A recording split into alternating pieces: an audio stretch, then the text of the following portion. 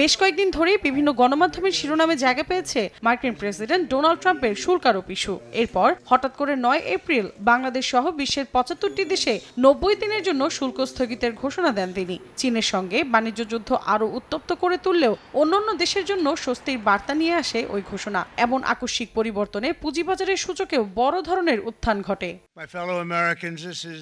মাত্র এক সপ্তাহ আগে নেয়া শুল্কনীতি পরিবর্তনের ঘোষণা দিয়ে ডোনাল্ড ট্রাম্প বলেন, মানুষ এটিকে অর্থনীতির ইতিহাসে সবচেয়ে বড় দিন হিসেবে আখ্যায়িত করছে। কয়েকদিন ধরেই তিনি নিজের মত বদলানোর কথা ভাবছিলেন। একসময় দ্রুত এ সংক্রান্ত পরিকল্পনা লিখে ফেলা হয়। এ সিদ্ধান্তে কোনো আইনজীবীর প্রয়োজন পড়েনি, এটি হৃদয় থেকে লেখা হয়েছে বলেও জানান ট্রাম্প।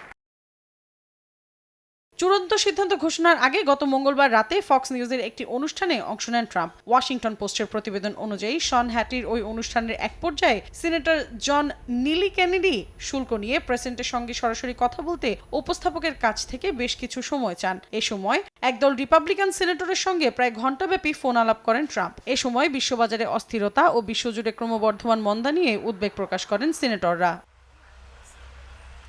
এরপর আরও কয়েকজন সিনেটরের সঙ্গে আলোচনা করেন ট্রাম্প। সিনেটররা ট্রাম্পকে শুল্কের ক্ষেত্রে প্রশাসনের সামনে দুটি পথ খোলা রয়েছে বলে জানান। এর একটি, অন্য দেশকে শুল্ক কমাতে রাজি করানোর জন্য আরও পাল্টা শুল্ক আরোপ, অন্যটি গত সপ্তাহে ঘোষিত শুল্ক বহাল রাখা। সিনেটরদের ধারণা, এই কথোপকথন ট্রাম্পকে শুল্ক স্থগিতের সিদ্ধান্ত নিতে প্রভাবিত করেছে।